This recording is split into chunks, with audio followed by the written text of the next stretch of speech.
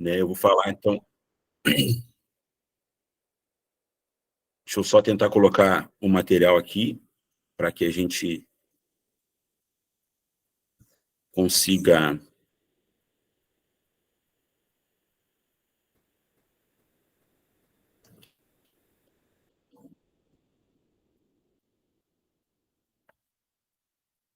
Opa, peraí que eu fiz...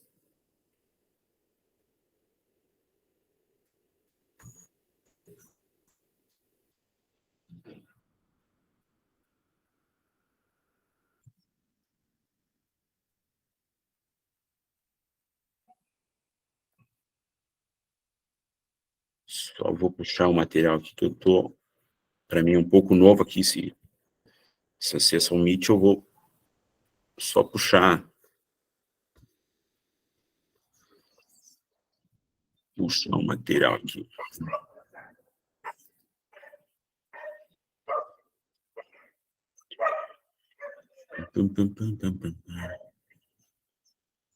Negócio criativo. Só um minutinho, pessoal. Só vou...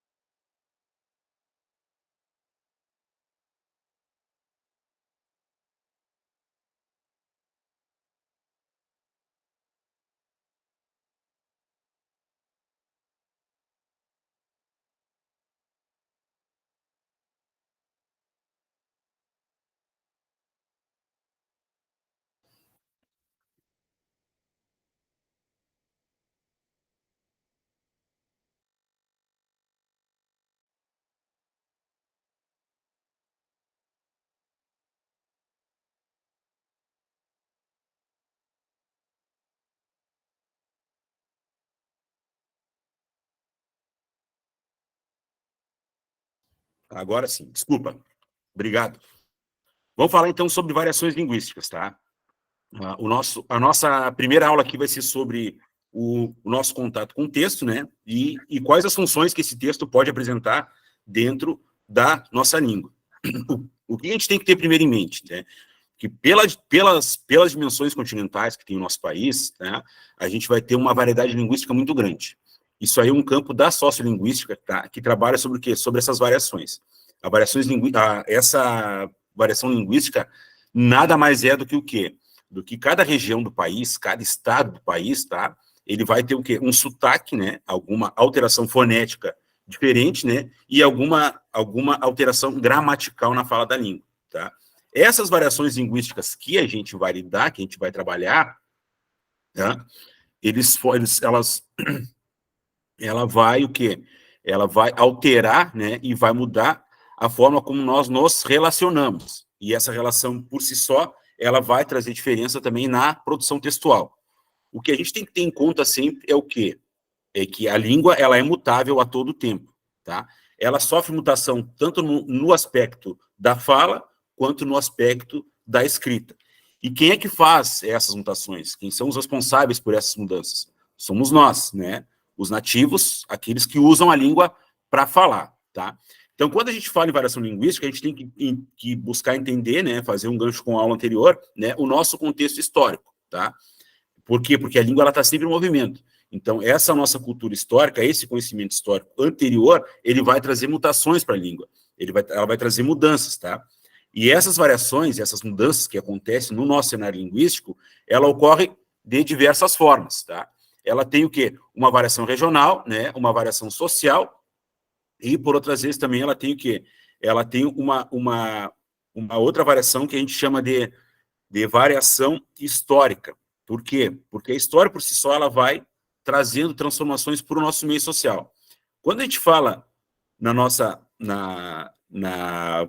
variação regional, essa variação regional, ela vai o quê? Ela vai partir do sotaque, que é fonético, e regional. Por exemplo, eu tenho um sotaque diferente, né, se vocês conseguiram perceber, de grande parte das pessoas que moram na nossa capital. Eu sou do interior do estado, tá? Eu sou lá de Bagé, fronteira com o Uruguai. Então, aí a gente já tem uma grande variedade, porque eu tenho a variedade regional, né, que é por ser da metade sul do estado, e tem a variedade histórica, porque por ter um contato maior com a região uruguaia. Então, a minha fala ela é mais carregada, ela é mais puxada. Se nós pegarmos aí o sotaque carioca com o sotaque paulista, também existe uma outra variação, né? A gente vai conseguir perceber que o carioca, ele tem o X, né, mais arrastado, né? Já o paulista não, o gaúcho também não. Quando a gente fala sobre variedades regionais, a gente pode aí elencar alguns nomes, por exemplo, aqui no estado, a gente fala bergamota. Em outras regiões do país se fala tangerina. Aqui a gente fala mandioca, em outras regiões se fala macaxeira, né? Então aí a gente já tem uma variação regional. Quando a gente fala, então, sobre variação social, aí a gente engloba um aspecto um pouco maior. O que seria essa variação social? A variação social ela vai envolver o quê? Classe econômica, né? Grandes centros urbanos, que tem um outro comportamento, né? Uma outra postura para a fala, né? O nível escolar, né? O gênero e a sexualidade, como também a religião. Ou seja, aí a gente vai conseguir dividir em grupos sociais, né? Que se reconhecem e que se comunicam entre si. Cada um desses grupos consegue o quê? Exercer o seu exercício, exercer a sua atividade de fala, e dentro dessa atividade de fala, né, a gente vai criar palavras ou vai dar significado novo para essas palavras, tá? Nesse contexto aí da fala social, eu trouxe um texto no material que eu vou deixar disponível para vocês no WhatsApp, tá? Que traz um texto do Luiz Fernando Veríssimo, onde ele faz uma distinção que entre gíria e fala. Essa distinção que a gente tem entre gíria e fala, gíria é o quê? São palavras criadas dentro daquele contexto social que a gente convive, que para a gramática normativa, né, ele não tem um valor, ele não é reconhecido dentro desse contexto histórico. Agora, o jargão, o que é o jargão? O jargão é aquela palavra, é aquele elemento que a gente usa dentro de determinados grupos sociais, tá? Para caracterizar alguma técnica, algum emprego dentro daquela fala. Por exemplo, grupo de professores, a gente tem um palavreado, um jargão específico para utilizar dentro daquele contexto, tá? Agora, um outro grupo, um grupo de engenheiros, eles vão usar um outro tipo de palavra, eles vão usar um outro tipo de jargão que vai ser específico para aquele grupo, e assim sucessivamente. O grupo de esportistas, eles vão usar os jargões, lutadores, nadadores, né, jogadores. A gente pode ver muitas vezes assim que entrevistas mesmo dadas por jogadores, eles falam muito em grupo. Por quê? Porque a palavra grupo ali remete ao quê? Ao conjunto de jogadores que está exercendo aquela atividade. Agora, se o professor for falar em grupo, ele vai falar em grupo de alunos, tá? Dentro daquele contexto social deles, daquele contexto de atuação, tá? Uma outra variação utilizada na língua é o quê? É a variação histórica. Essa variação histórica, ela vai do quê? Em textos literários. Em que sentido? Por quê? Porque a gente vai trabalhar, por exemplo, a gente pega autores aí, cânones da nossa literatura, autores árcades, autores do próprio barroco, eles vão se utilizar de uma linguagem mais empolada, né? De uma linguagem mais antiga, que vai remeter o quê? A outros significados de contexto histórico completamente diferente do contexto histórico em que a gente vive. Aí está a grande dificuldade de a gente conseguir entender, algumas vezes, alguns textos literários. Por quê? Porque o autor, ele está fazendo referência, ele está se utilizando da fala, né, naquele determinado contexto da época. Aí, quando a gente se depara com esse tipo de texto, a gente vai ter o quê? Vai ter um estranhamento. Em virtude do quê? Em virtude do que a gente vai estar...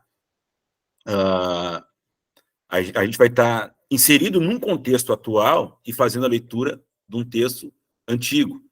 Então, na grande maioria das vezes, quando a gente vai ler, vai procurar tentar ler um texto mais antigo, a nossa grande dificuldade é o quê? É de entender, né? Mas aí o que? Esse entendimento ele tem que partir do seguinte, ele tem que partir da ideia que quem escreveu aquele texto estava num outro contexto histórico, num outro contexto social, num outro contexto econômico. Daí vem aquilo que eu falei no começo lá, né? Que a nossa língua, ela, o quê? Ela é mutável a todo tempo. Então, cada contexto em que a gente se encontra, em cada época da nossa vida que a gente se encontra, isso aí vai refletir o quê? Na nossa escrita. Por exemplo, quando eu falei ali sobre o contexto social, né, da variação social, se vocês perceberem bem, se vocês começarem a analisar bem, o grupo social em que vocês, jovens, estão inseridos, se utiliza grande parte das vezes de uma outra linguagem. Aí eu pergunto assim, qual é a outra ferramenta que a gente usa hoje em dia que nos faz trazer também uma outra variação linguística, né? E que no nosso grupo, no nosso meio, principalmente nos grupos do WhatsApp, ela é aceita e ela é compreendida.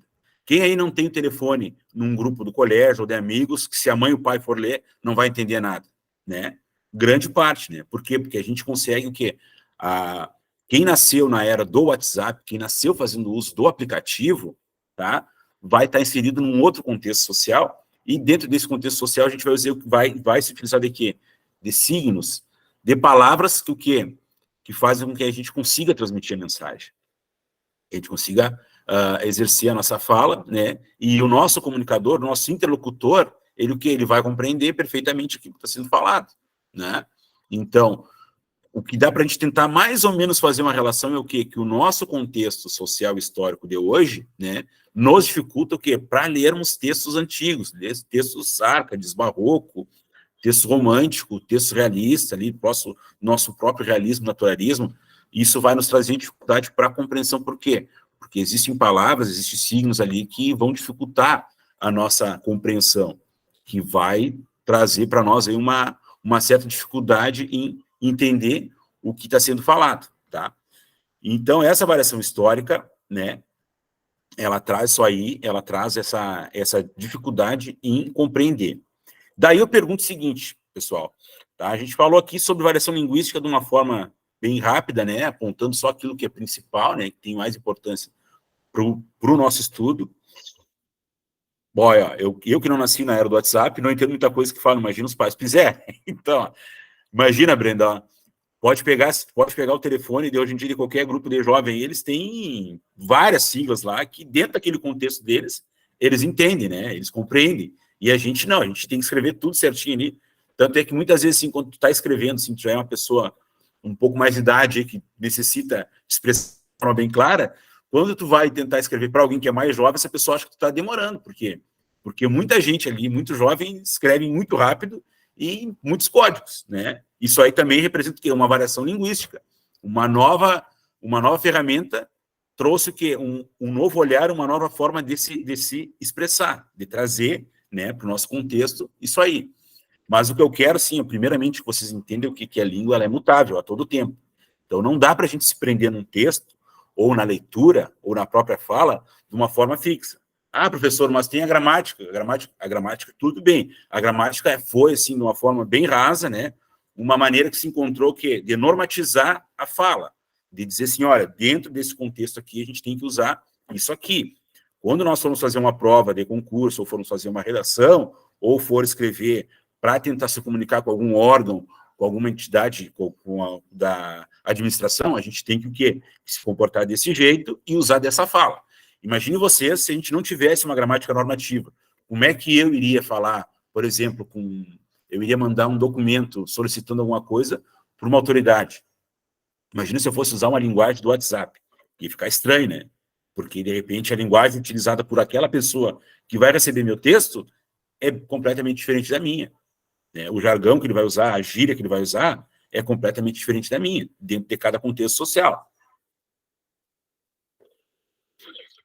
E aí eu pergunto o seguinte, ó, quero que a gente interaja um pouco, e eu quero que você me diga o seguinte, ó, qual é a visão que vocês têm dentro desse contexto, dentro dessa fala que eu fiz agora aí, né, dessa variação linguística? O que que é interessante? Quem é que se comunica por código aí? Quem é que se utiliza muito de código no WhatsApp e quando vai escrever um texto formal tem dificuldade? Quem é que pode falar aí? Quem é que quer falar também, né? O pessoal fica tudo envergonhado, não quer falar, não quer expressar. Quem é que tem dificuldade naquela fala formal, mas quando vai escrever, consegue escrever no WhatsApp, ele cheio de código, e quem está do outro lado lá, o seu interlocutor, entende perfeitamente.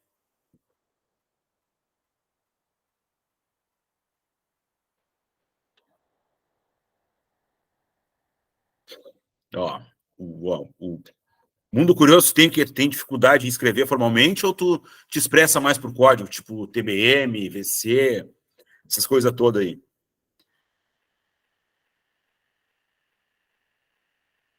Sara, tu tem o quê, Sara? Tu tem dificuldade em te expressar formalmente ou tu tem dificuldade em falar em código?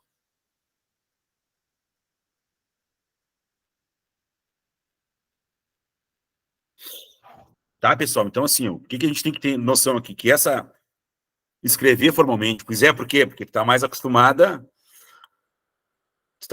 a escrever em código. Eu não uso código, sei que na hora de escrever viria me atrapalhar exatamente, Vitor. Eu tenho dificuldade de me expressar formalmente, Yasmin. A Sara está sempre usando código. Pois é, porque é mais rápido, né, Sara? Eu tenho a mania das siglas, diz o Mundo Curioso. É, pois é, então por quê? Que eu quero que vocês consigam trazer assim, essa aula de hoje, essa fala sobre variação linguística, para o mundo do WhatsApp, do Instagram. Eu entendo os códigos, mas prefiro usar sempre formalmente.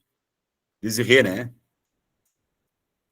Pois é, então, conseguiram compreender assim essa fala sobre a variação linguística? A variação linguística nada mais é do que isso. E aí vocês colocam no meu lado o seguinte, ó, deixa eu arrumar minha câmera aqui, ó. Eu trouxe a variação linguística formal, ou seja, o que o texto, né, dentro dos estudos das análises de texto traz. Mas daqui um pouco, daqui, sei lá, alguns anos, a gente vai ter que trazer para a teoria a fala do WhatsApp, que a gente vai ter que considerar. De que forma? Porque a fala do WhatsApp, tá, do Instagram, ou seja lá a fala que for, do SMS, talvez vocês nem usem mais SMS, né? Mas são falas que são aceitas por quê? Porque quem fala, né, o comunicador, né, aquele que vai transmitir a mensagem, a partir do momento que ele é entendido por quem ouve, tá tudo certo. Claro que se nós for começar a discutir isso aí, nós vamos ficar aqui a manhã inteira falando só disso, tá? Mas a variação linguística, ela é isso aí, ó. A variação linguística é um ramo de estudo da sociolinguística, né? Que é o que? Que é a sociologia da linguagem. Professor, o que é isso aí? Por que tu está falando isso aí? Porque assim, ó, eu quero que vocês tragam para a realidade social de vocês o quê?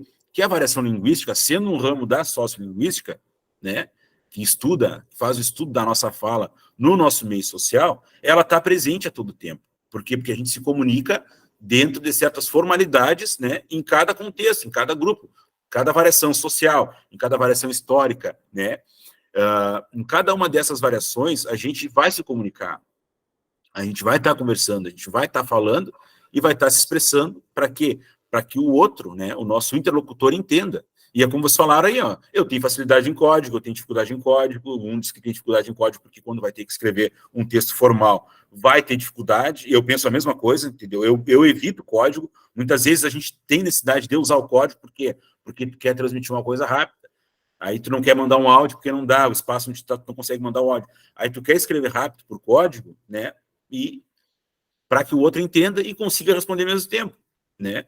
Mas o que? Essa dificuldade de usar o código, para mim, é o quê? Porque quando eu for escrever um texto formal, eu vou trazer aquele vício comigo, né? Que é o vício de escrever em código.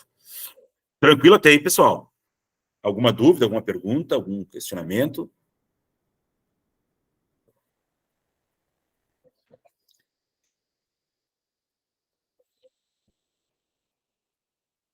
Então tá. Vamos lá então. Então, assim, ó, saindo desse discurso sobre variação linguística, né? Onde a gente está abordando aí o texto, né? A variação da fala e a variação da escrita, né? Todo tempo assim eu vou tentar fazer uma relação entre o quê? Entre a variação linguística, né, textual e a variação linguística desculpa, textual, da fala e da escrita. Eu acho muito interessante a gente trazer esse paralelo, por quê? Porque o Enem, hoje em dia, nas provas que se mudaram, quando se fala em grupos, né, a prova de português ela não está mais presa naquela gramática normativa, né? Se vocês forem perceber, assim, as provas anteriores, se traz muita coisa do nosso contexto social para dentro da prova, tanto na produção da redação, como a gente vê que são temas polêmicos, né, que trazem aí assuntos bem atuais, né, tanto na produção da prova da prova de múltipla escolha, tá? Então, indo mais um pouco aí, pessoal, para a gente falar sobre intertextualidade, né, o que quer dizer intertextualidade, né? É quando a gente tem o quê? Tem um conhecimento prévio sobre outros textos, né, e se utiliza deles, né, de uma forma, da sua forma ou do conteúdo, né, para produzirmos o nosso texto. Então, assim, ó, a intertextualidade, ela tem o quê? Ela pode ser de forma ou de conteúdo, tá? Quando eu falo de forma, eu falo o quê? Eu falo da repetição daquilo que foi dito anteriormente. Por exemplo, eu tenho um texto aqui, deixa eu pegar aqui para vocês, mostrar um livro aqui, ó. Eu tenho aqui 2 livros, tá? Deixa eu botar aqui, ó. Um livro que fala sobre textos, né? Análise de textos, e um outro livro que fala sobre argumentação e linguagem. Quando eu vou escrever sobre um terceiro assunto e me utilizo desses textos aqui de forma fiel, né? Eu estou fazendo o quê? Uma intertextualidade de forma, ou seja, eu estou repetindo aquilo que está dentro desses 2 livros aqui, tá? Eu vou repetir tudo que está aqui e vou trazer para a minha fala, para a fala do meu texto. Essa repetição, ela respeita uma ordem, uma regra e um padrão, tá? Agora, quando eu falo da intertextualidade de conteúdo, né, quando que um exemplo clássico, quando a gente, por exemplo, teve uma notícia hoje produzida pelo jornal A, tá, a respeito de um acidente de trânsito que aconteceu na RS 118, tá? Esse jornal A, ele vai produzir, ele vai falar sobre o caminhão que está ali, sobre o carro, enfim, sobre se teve vítimas ou se não teve, e de que forma se deu esse acidente, tá? Já o jornal B, que também esteve no mesmo local, que produziu a mesma notícia, ele vai falar daquilo ali, tá? Só que ele vai falar, ele vai dar uma outra abordagem. De repente, esse jornal B aí, ele quer causar um certo sensacionalismo para atrair o leitor para aquele texto que ele tá produzindo. Essa tentativa de produção e de atração, tá? Ela vai sofrer uma outra abordagem, tá? Aí isso aí é o quê? É uma intertextualidade de conteúdo. Ou seja, quando as mesmas áreas do conhecimento querem falar sobre o mesmo assunto, tá? E se utilizam de abordagens diferentes.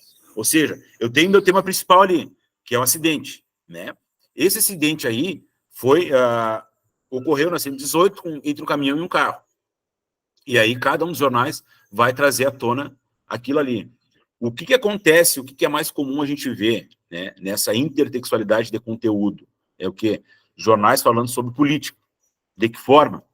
Eles vão fazer o quê? Cada um vai abordar de uma maneira diferente. Por exemplo, vamos trazer aqui um assunto bem polêmico que aconteceu agora há pouco tempo atrás, é uma tragédia muito forte, né? Foi aquele cara que entrou na escola em Santa Catarina, né? E vitimou aquelas crianças, né? Teve jornais que falaram que foi uma arma branca, né? Deram a notícia ali bem simples, sem querer trazer qualquer sensacionalismo, sem querer trazer qualquer chamado para outros leitores, explicou, um homem, um jovem de tantos anos, entrou dentro de uma escola armado com uma faca branca, com uma arma branca, né, e vitimou 4 crianças. Teve outros jornais que fizeram o que, para causar uma sensação maior naquele conteúdo, fizeram o quê? O homem armado entrou na escola.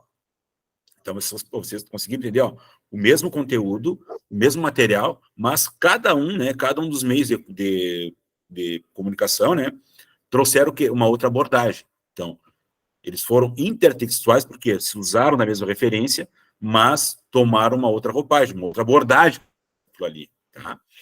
Então, aí a gente pode falar não só da matéria jornalística, como também de matérias semanais produzidas por revistas, de telejornais, né? Por exemplo, agora mesmo teve um telejornal, se eu não me engano, foi da Rede Globo, que eles disseram o quê? Que a partir daquele momento eles não iam mais divulgar o nome, né, daquela pessoa que cometeu aquilo ali. Tá? Já outros meios conseguem fazer isso aí. Um outro exemplo clássico são séries produzidas por Netflix e outros streamings que falam sobre determinado assunto. um assunto que está muito em voga, o quê? É falar sobre crimes, né? Então a gente pega ali, ó, pega o Jeff Dahmer ali, que foi pela Netflix, teve uma exposição gigantesca, né? Falando sobre ele, sobre as vítimas. Já um outro seriado que foi produzido também, né? Fala sobre o mesmo assunto, né? Sobre o Jeff Dahmer, mas de uma outra abordagem, né? De uma outra forma, de uma outra maneira, tá? Então, isso aí se chama o quê? Intersexualidade de conteúdo. Por que eu bati mais isso aí? Porque o conteúdo ele pode sofrer variações, diferente da intersexualidade de forma. Porque a forma, por si só, ela vai ser uma repetição daquilo que foi dito por outro autor, por outra pessoa, dentro daquele contexto, né? A intersexualidade, ela vai sofrer, assim, ela vai ter diferentes amostras, né? Ela pode ser o quê? Explícita, né? Ou implícita. Quando ela é explícita, ela vai vir ali, ó, ela vai ser clara e quem está lendo vai ter a facilidade de conseguir identificar quem está naquele contexto ali, quem está naquela fala, né? Ela vai estabelecer sempre o quê? Uma relação direta com o texto original, tá? Ou seja, eu vou conseguir identificar naquela leitura daquele texto ali qual foi a referência usada por aquele autor, né? Tu vai encontrar elementos do texto anterior naquela fonte, né?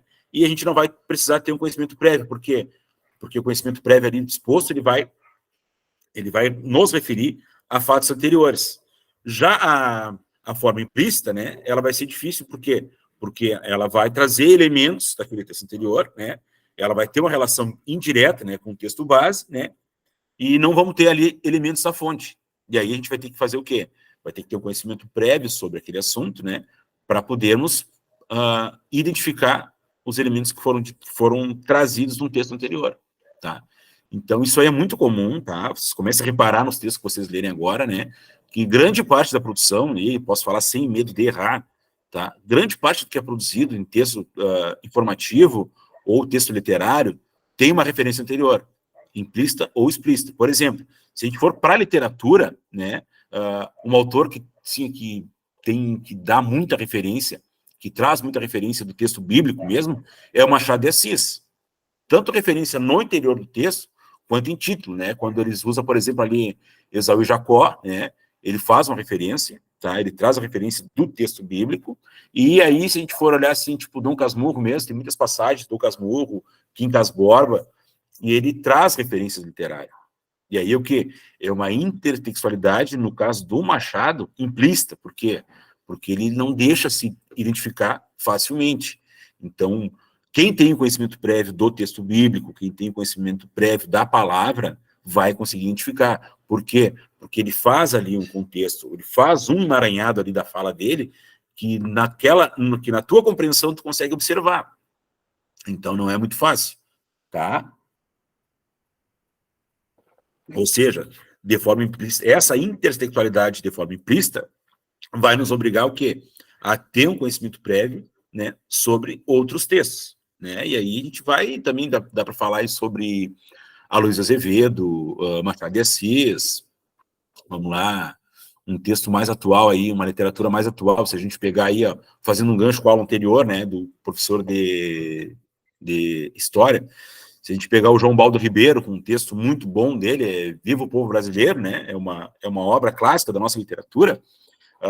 Todo o texto dele faz o quê? Traz referências históricas. Faz uma menção à história do Brasil, ao surgimento do Brasil até os dias atuais, mas de uma maneira implícita, que a gente não consegue enxergar assim numa batida clara, tá? Depois, a intersexualidade de paródia, né? O que seria isso aí, né? Ela surge o quê? Ela vai pegar o texto original, em cima desse texto original, ela vai o quê? Ela vai dar uma outra roupagem, ela vai ironizar, ela vai criticar aquela fala original, né? O texto original por si só, ele não vai sofrer alteração, né? Na estrutura dele, mas vai ser alterado o conteúdo. Um exemplo bem conhecido assim por nós, né? Uma coisa bem atual, é a gente pegar esses programas de humor hoje em dia. Claro, não tem mais, vamos dar um exemplo assim, não sei quem foi se alguém acompanhou aí o CQC, né, que eles eram bastante criativos nisso aí, né, em fazer uma paródia, depois um programa um pouco mais antigo lá atrás, assim, talvez vocês não tenham visto, ou alguns podem ter visto, mas ainda existe em grupos de redes sociais, que é o Pagode da Ofensa, que eles se utilizam de músicas mas num outro contexto, né, para trazer essa fala, para trazer uma fala crítica, uma fala irônica, né, a respeito de determinado assunto, tá? Então, essa intersexualidade da paródia, ela vai manter o quê? Ela vai manter a estrutura, né, a estrutura original, mas o conteúdo vai receber uma outra roupagem, vai trazer uma outra informação. Então, isso aí acontece muito com música, né? A gente pega muita música no seu formato original ali, que recebe um outro conteúdo e traz crítica, né? Isso a gente vê muito, por exemplo, quando algum adversário político quer tentar, né, criticar o outro, ou derrubar o outro, ele usa algum trecho musical, e em cima desse trecho musical original, ele lança uma paródia, ele lança alguma outra ideia, né? E aí também a gente tem a intersexualidade de epígrafe, né, que é o quê? Que é quando um determinado texto quer introduzir aquilo que será discutido e serve de apoio para os demais. Quando é que acontece isso? Quando a gente está aí numa etapa de dissertação, né, de artigo científico, de material, de monografia, né? Essa epígrafe, ela vai trazer o quê? Para eu conseguir referendar o que eu estou falando anteriormente, eu trago esse texto aí para dizer para o meu leitor o seguinte, ó, a partir desse momento aqui, eu vou falar disso, né, e vou apoiar o meu tema, o meu assunto, em cima dessa fala, né? Então, artigo científico, monografia, dissertação, são materiais utilizados para trazer essa ideia, né? Para trazer essa construção aí de epígrafe, né? Ou seja, lembre sempre que intertextualidade, inter é o quê? É trazer um texto anterior para a produção desse texto atual, tá? Depois tem o quê? Tem a citação, né? Intertextualidade por citação, que é o quê? Que é uma transcrição literal da fala. É uma produção literal daquilo que está sendo dito, né? Literalmente é uma cópia fiel, né? Também acontece muito o quê? Em materiais de produção científica, né? De artigo científico, monografia, porque isso aqui, dentro de uma criação de produção textual, dentro de um artigo científico ou de qualquer outro material, quando a gente traz isso aqui, é para reforçar a nossa fala, é para reforçar aquilo que está falando, para trazer dados, né, que comprovem que a tua fala faz sentido, tu tá te embasando em cima de alguém que já estudou aquele assunto, que é referência naquele assunto, e está construindo aquela fala, né?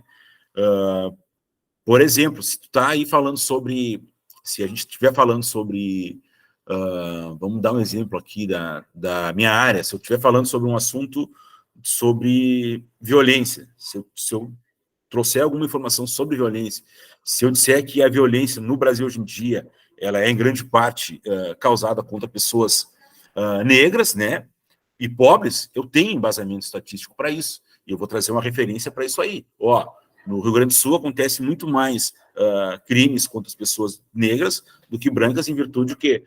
De um dado estatístico produzido no ano de 2022. Eu vou lá e, pum, trago esse dado estatístico, faço a referência àquele assunto ali, apresento aquele dado para reforçar a minha fala. Eu posso também falar o quê? Tem muito mais pessoas sofrendo violência doméstica, por exemplo, tem muito mais mulheres sofrendo violência doméstica no período de 2022 e 2023, em virtude da pandemia. Aí eu vou lá, procuro dados, trago informações, alguém tem autoridade no assunto que vai dizer o quê? Realmente, no período pandêmico, as mulheres sofreram mais violência doméstica em virtude do quê? Da convivência e maior tempo em casa, né? Do marido desempregado, enfim, vai ter N motivos, tá? Eu vou citar isso aí, tá? Vou trazer essa fonte. Intertextualidade de alusão. O que seria? Quando eu vou aludir, quando eu vou fazer uma referência sobre uma obra, sobre algum fato histórico. O que seria uma alusão? Por exemplo, quando alguém te traz uma coisa que tu não goste, né, te dá um presente que tu não goste, e tu vai dizer assim, isso aqui é um presente de grego. Isso aí está fazendo o quê? Uma alusão histórica. Em que sentido? Aí a gente vai ter que ter o quê? Um conhecimento prévio, né? Seria presente de grego? Presente de grego a gente vai fazer uma referência sobre o quê? Sobre a Guerra de Troia, né? Onde foi oferecido um cavalo de Troia, né? Como presente, mas dentro daquele cavalo lá estavam lá os guerreiros gregos que iriam invadir. Um outro exemplo, que a gente também usa muito sobre quando algum vírus invade o computador ali, tem um vírus que é malwares, que é o cavalo de Troia. Também, por exemplo, o meu computador foi invadido por cavalo de Troia. O cavalo de Troia é o quê? Faz referência a esse cavalo, né? Que dentro dele traz o quê? Traz os guerreiros. No nosso contexto atual, o que traz? Esse vírus que se apresenta como cavalo de Troia, ele vai trazer um vírus, né, que vai invadir nosso computador, e nessa invasão ele vai pegar um monte de coisa, ele vai invadir a nossa privacidade, vai derrubar um monte de material, ou enfim, de coisas que a gente tem no nosso computador, né? Intertextualidade por paráfrase, né? É quando estabelece o quê? A ideia num outro texto, né? Um conceito diz assim, ó, é a reformulação onde se restaura bem ou mal, na totalidade ou em partes, né, o conteúdo de um texto-fonte, um texto derivado. A paráfrase é o quê? É tu trazer um texto anterior, né, para a tua fala ali, mantendo ele originalmente, né, ou trazendo só a ideia que está contida ali para o teu texto atual, tá? Ou seja, a paráfrase é o quê? É tu contar um fato anterior, né, com as tuas palavras, com outras palavras, mas mantendo aquela ideia. Por exemplo, como eu trouxe aqui, ó, eu falei que o Machado de Assis, né, que é um clássico da nossa literatura, ele faz referências bíblicas no texto dele. O que ele faz, em grande parte? Ele faz também o quê? Uma paráfrase. Por quê? Porque ele pega as falas de alguns personagens bíblicos, né, e mantém a ideia daquela fala, mas ele nos diz com outras palavras. Um outro exemplo, se alguém sentar aqui no meu lugar para dar a mesma aula que eu, ele vai ter a mesma ideia, mas ele vai ter o mesmo conteúdo, mas ele vai trazer de uma forma diferente, uma outra fala. De repente mais fácil, mais difícil, mas enfim, ele vai trazer uma outra fala para vocês, né? Mas ele vai falar sobre o mesmo conteúdo. Então, essa aí é uma intertextualidade por paráfrase, ou seja, a gente pode manter a ideia, mas com outras palavras, tá? Com outro texto. Então, assim, pessoal, a gente falou sobre variação linguística, né? Trouxe uns exemplos ali sobre variação linguística, né? Social, histórica.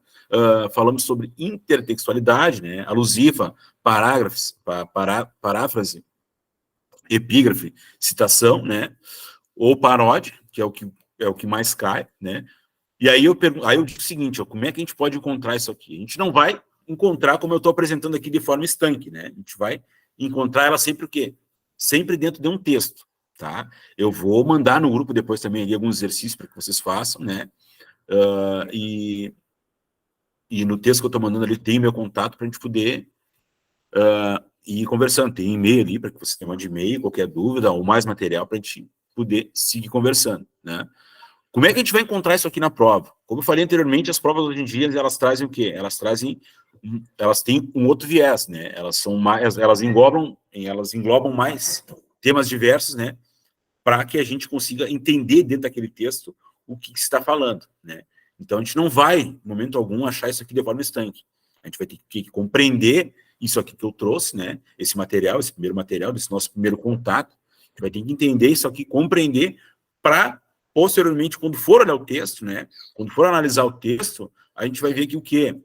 Que todo assunto ali, ele vai aparecer de uma forma mesclada. Ele pode ter um texto ali que vai trazer uma variação linguística, um texto atual, né? Que vai trazer uma variação linguística, uma outra produção, uma poesia, e dentro dessa poesia ele vai ter diversas referências intertextuais, né? E aí a gente vai ter que ter o quê? A capacidade, né? Depois de entender os conceitos, de conseguir identificar isso aqui, de conseguir ver que o quê?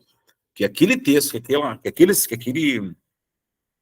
aquela questão ali, ela está falando sobre diversos assuntos, que a gente vai conseguir identificar cada um e vai conseguir responder depois o que se pede, tá? Depois de falar sobre variação linguística e intertextualidade, né, eu vou falar um pouco sobre discurso, né, o discurso direto e o discurso indireto. Não só o discurso direto, como o discurso indireto, eles têm conceituação e se apresentam de forma clara, né, para cada um dos aspectos, mas a gente pode encontrar o quê? O discurso misto, né, que ou seja, é uma mistura do discurso direto com o discurso indireto, tá? Então, quando eu falo sobre discurso direto, o que eu estou querendo dizer? O discurso direto vem o quê? A fala do próprio personagem. Quando a gente apresenta a fala daquele personagem, dentro do texto. E como é que vai vir, como é que a gente vai conseguir identificar isso aí? A gente vai conseguir identificar isso aí através do quê? Dos dois pontos, né? Do travessão ou aspas. E isso são o quê? São recursos utilizados pela linguística que vão apresentar para nós, né, o momento da fala daquele personagem. Tá? E aí tem algumas características que a gente vai ter que identificar por quê. Não só o travessão, os dois pontos e as aspas, mas também os verbos utilizados, né? Porque os verbos que a gente vai utilizar nesse discurso direto, né, são os verbos de elocução que se chama. Tá? Isso aí está tudo no material, pode ficar tranquilo que a hora, assim que eu mandar o material aqui, vocês vão conseguir compreender melhor, e com a nossa aula gravada fica mais fácil ainda de entender e visualizar. Tá? Então, assim, ó, por exemplo, no discurso direto, a gente tem a fala do personagem diretamente apresentada, né? E essa fala traz verbos de alusão, de elocução, como eu tinha dito. São verbos o quê? São verbos utilizados no discurso direto. Por exemplo, disse, falou, afirmou, respondeu, né? Por exemplo, você está julgando essa moça sem saber da história toda, né? Eu tô representando aqui a fala do personagem. Agora, se eu for, com as minhas palavras, representar essa fala, eu vou dizer assim, ó, vocês estão julgando essa moça sem saber a história toda. Então, ó, não, desculpe, é a mesma fala. Tá? Então, só que eu tô dizendo assim, vocês estão julgando essa moça sem saber da história toda. Eu usei o travessão e pus a fala. Eu posso usar aspas também e dizer a mesma coisa, né? E depois disso eu falo o que o personagem falou, disse fulano, tá? No discurso indireto, o que é? O discurso indireto, ele vai explicar a fala do personagem. Isso aqui é muito comum de acontecer em textos, tá? De prova. Pedir para tu analisar ali e tentar localizar o que é o discurso direto e o que é o discurso indireto. Tá? É muito comum, cai bastante, e a gente se perde o quê? Por detalhes. Por quê? Porque o discurso direto é a fala do personagem. Pronto, acabou. O discurso indireto é eu apresentar, com as minhas palavras, a fala do personagem. Tá? Por exemplo, vocês estão julgando essa moça sem saber da história toda. Discurso direto. Agora, se eu for explicar esse meu discurso de uma forma indireta, eu vou dizer assim, ó, fulano disse que estavam julgando a história da moça, ou estavam julgando a moça sem saber a história toda, tá? E aí já muda.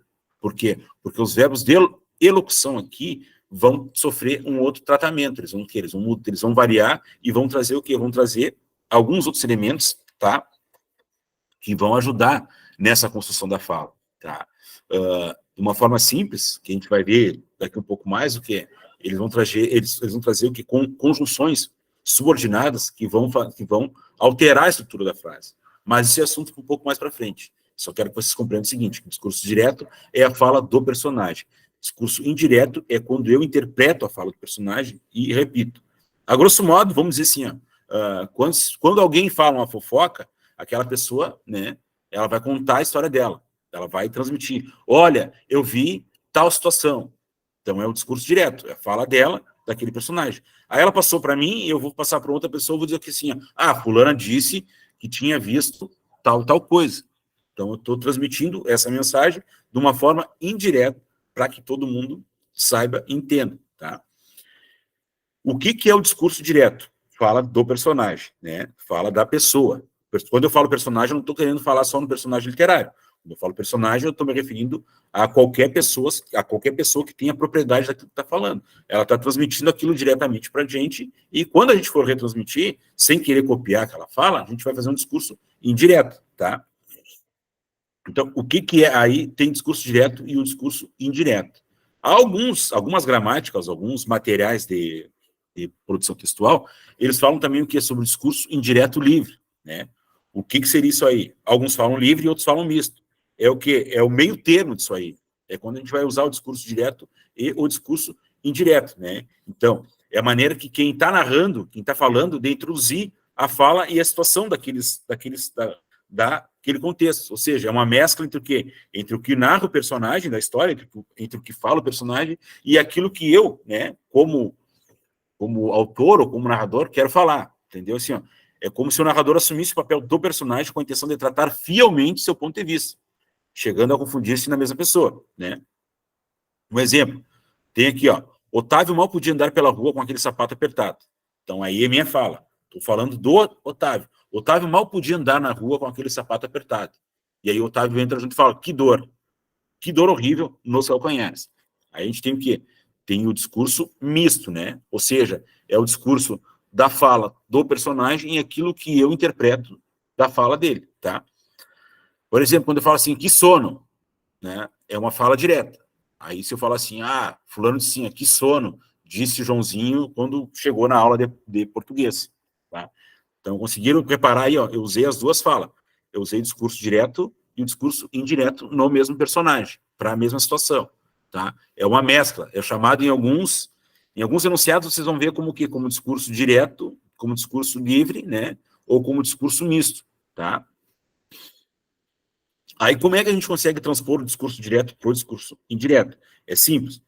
Lembre sempre o quê? Tenho simplesmente que o discurso direto é a fala do personagem.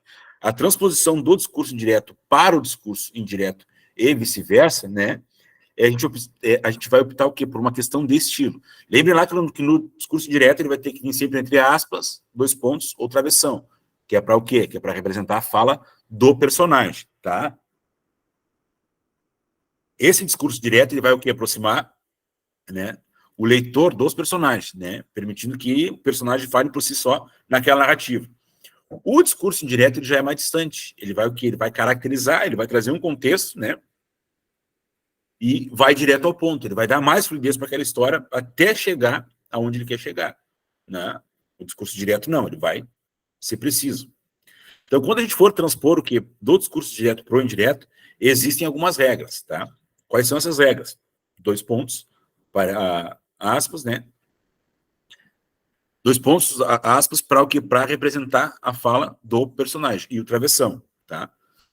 E dessa maneira, a gente vai o quê? Vai transpor a fala direta. Já a fala indireta, a gente vai o quê? Vai contextualizar aquilo ali, vai trazer o personagem para aquela história de uma outra forma, né? Ou seja, dando contexto, talvez até tentando dar um ritmo diferente para aquela história, para atrair o leitor. Tá, pessoal? Então, assim, pessoal, peço desculpa por não ter conseguido colocar o slide aqui, né? Um dia que não consegui colocar, mas já eu mando no grupo ali para vocês esse material, tá? E essa primeira parte, ela é bem chata, né? No sentido de que ela exige que a gente dê mais uma lida e pesquise um pouco mais sobre o material, né? Para conseguir entender. Mas eu digo e repito que ela é o quê? Ela é muito importante porque isso aí é cobrado em prova, tá? Isso aí é cobrado em prova. Eu vou trazer questões para vocês referente a isso aí, a esse assunto, né? E vocês vão ver que dentro do contexto de prova, ela se apresenta um pouquinho mais elaborada. A gente não vai conseguir identificar rapidamente, né? Mas claro que se a gente estudar, tirar dúvida e produzir bastante, fazer bastante exercício, a gente consegue, na hora de ler o texto, saber se ele está no discurso direto, discurso indireto, se ele está misto, né, o que ele quer falar, saber qual é a referência que ele traz ali com relação à intertextualidade, né, e nos dias de hoje também, né, por a gente ter tanta tecnologia presente, né, e estar ao mesmo tempo em vários lugares, né, em diferentes contextos, né, a variação linguística é uma coisa que se faz muito presente, tá? Não se surpreendam, de repente, se dentro de uma prova aí tem um print de uma tela no celular mostrando uma conversa de diferentes significados e vocês terem que apontar, né, qual é a variação linguística encontrada ali dentro, né? Quem é o nativo que está falando aquilo ali, se é uma pessoa urbana, se é uma pessoa do século passado, né? Se é alguém dos dias de hoje, se essa pessoa está usando consigo, se ela está escrevendo um texto extenso, enfim, tá? Queria agradecer a vocês, tá? E até o nosso próximo encontro. Deixa eu só parar a gravação aqui, tá? Valeu, muito obrigado e até a próxima aula. Sir, posso te, Oi, posso te perguntar uma coisa sobre o Enem? claro? Eu estudo em colégio particular Tá. e eu estudei no primeiro ano. Só um minuto. No primeiro ano eu paguei, mas nos 2 anos seguintes, agora estou no terceiro ano, eu consegui bolsa 100%. Uhum. A minha dúvida é se eu conseguiria a cota. Cota? A de escola pública, né? Que se eu faço o colégio particular com bolsa, eu ainda consigo a cota de. Cara, eu até posso ver com o Thiago isso, ou tu pode ver com ele diretamente, mas eu acho que sim. Eu acho que tu teria um limite de 1 ano no máximo para tu ter estudado Tá, em colégio particular pagando, né? E o sim, restante em bolsa, eu acho que tu consegue sim. Tu diz pela cota tá social, bom. né? Oi? Tu fala pela cota social ali de renda, né? Isso. Eu acho que sim. Acredito que sim. Tá bom, obrigado. Tá bom? Falou, pessoal. Um abraço aí. Até nossa próxima aula. Olha aí, liguei a câmera.